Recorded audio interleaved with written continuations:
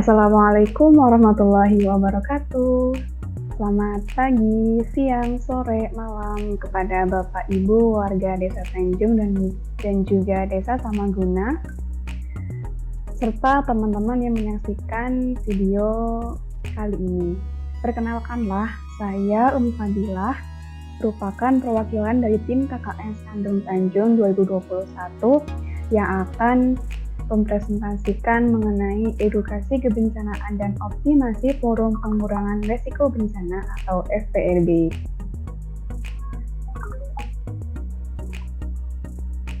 Yang pertama yaitu kita akan membahas mengenai gempa bumi. Apa sih gempa bumi? Gempa bumi adalah getaran atau getar-getar yang terjadi di permukaan bumi akibat pelepasan energi dari dalam secara tiba-tiba yang menciptakan gelombang seismik. Gempa bumi dapat disebabkan oleh pergerakan kerak bumi atau lempeng bumi, gerak lempeng bumi yang saling menjauhi satu sama lain, gerak lempeng yang saling mendekat, pergerakan magma di dalam gunung berapi, dan juga peledakan bahan peledak. Lalu, apa sih yang harus kita lakukan sebelum, saat, dan juga setelah gempa bumi? Yang pertama adalah sebelum gempa bumi. Kita harus siap siaga, yaitu antisipasi dan siapkan diri sebelum gempa bumi terjadi. Beberapa hal yang dapat dilakukan, yang pertama yaitu memperbaiki konstruksi rumah sehingga tahan gempa, melekatkan lemari pada dinding, menempatkan barang besar dan berat di lemari bagian bawah, menempatkan barang pecah belah dan mudah terbakar di tempat rendah dan tertutup, menggantungkan barang berat seperti figura foto dan cermin jauh dari tempat tidur, sofa, atau tempat duduk. Memperbaiki kerusakan jaringan listrik atau gas, mengenali tempat-tempat yang aman di dalam dan di luar rumah, menyiapkan barang-barang penting dalam satu tas, misalnya lampu senter, radio, baterai cadangan, P3K, lilin, obat-obatan, minuman, makanan siap saji, uang tunai, buku tabungan, dan surat-surat penting lainnya. Melakukan simulasi evakuasi bencana gempa dan memiliki daftar kontak atau nomor-nomor penting seperti BPBD Provinsi Kabupaten atau Kota, nomor telepon TNI, polisi, rumah sakit, PMI, dan juga dinas pemadam kebakaran. Nah, selanjutnya yaitu yang kita lakukan saat gempa bumi terjadi. Kita harus tetap tenang dan juga jangan panik. Ketika di dalam rumah, kita harus berlindung di bawah meja atau perabot yang kokoh. Jika tidak ada, menunduklah dan lindungi kepala dengan bantal atau lengan kita. Menjauhi gelas, kaca, jendela yang mungkin akan menimpa kita. Tetap di ruangan hingga guncangan berhenti dan keluar jika sudah aman. Matikan segera gas, listrik, dan juga air.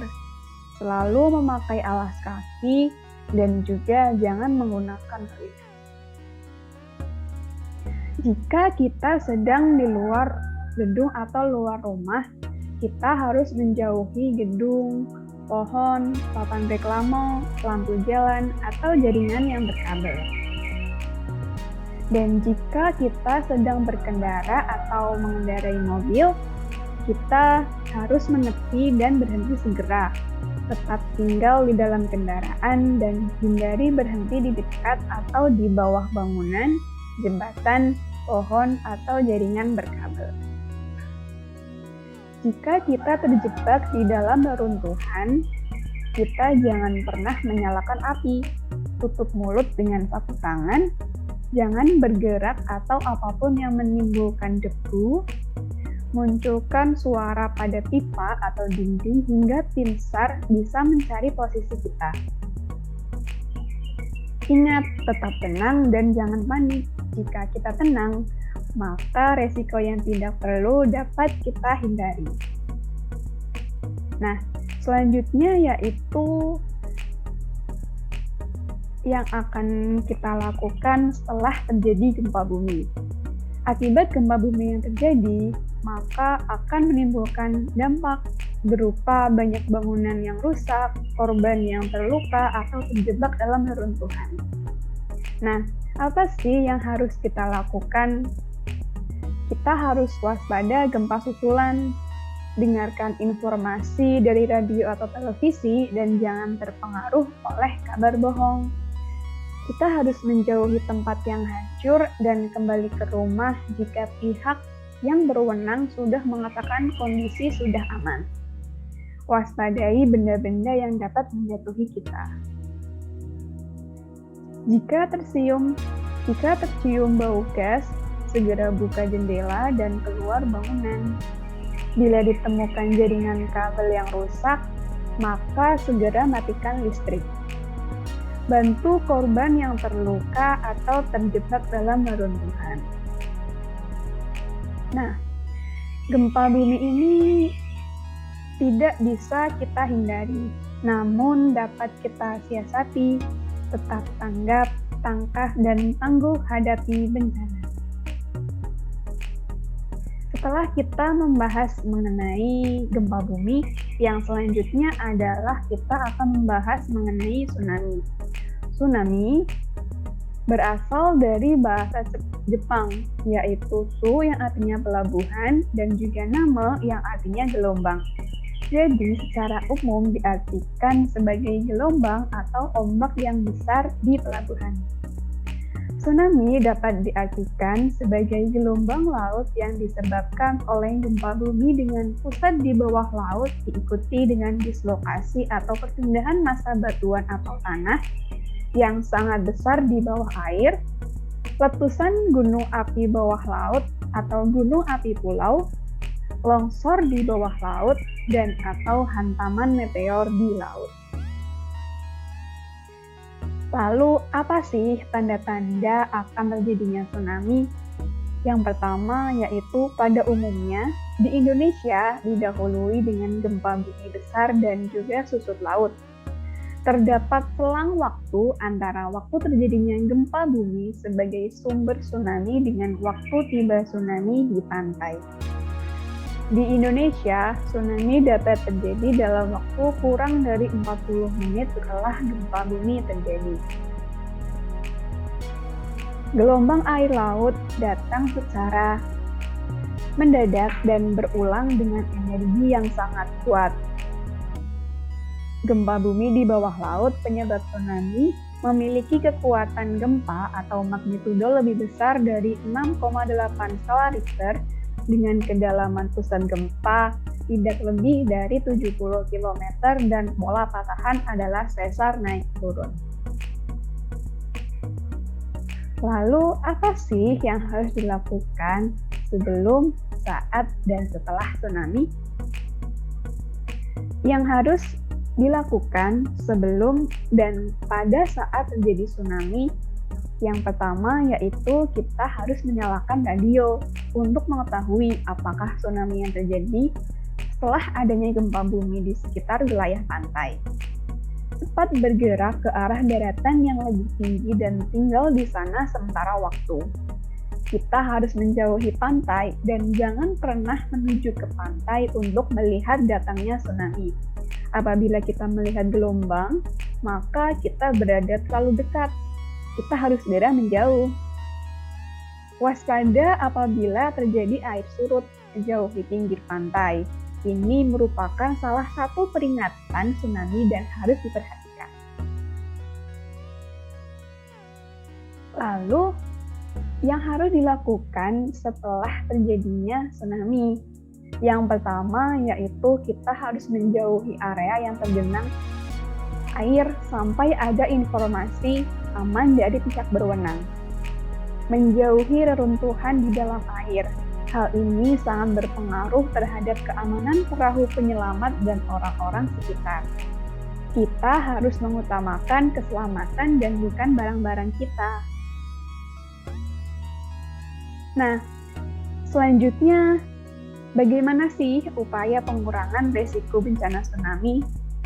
Upaya yang pertama yaitu dilakukan pembangunan sistem peringatan dini tsunami, pembangunan tempat evakuasi atau shelter di sekitar daerah permukiman. Yang ketiga, pembangunan tembok penahan tsunami pada garis pantai yang beresiko. Yang keempat, penanaman mangrove serta tanaman lainnya di sepanjang garis pantai untuk meredam gaya air tsunami.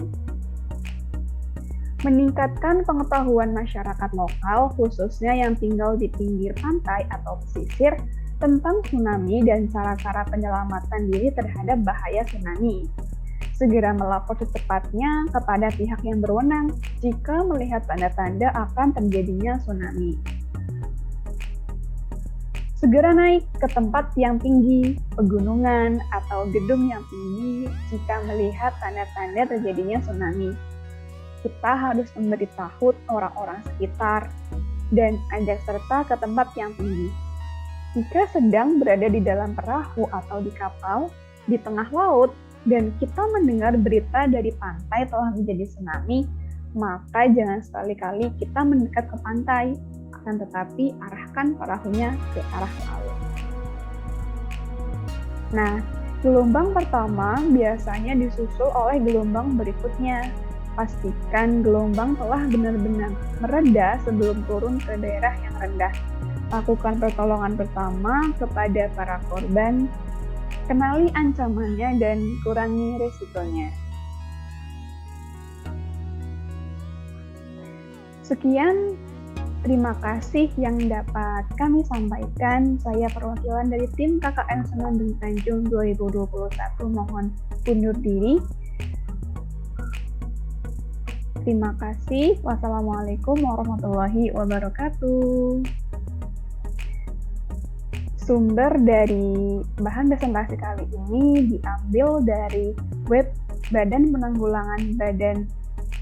Penanggulangan Bencana Daerah Provinsi Nusa Tenggara Barat tentang gempa bumi dan juga tsunami. Sekian.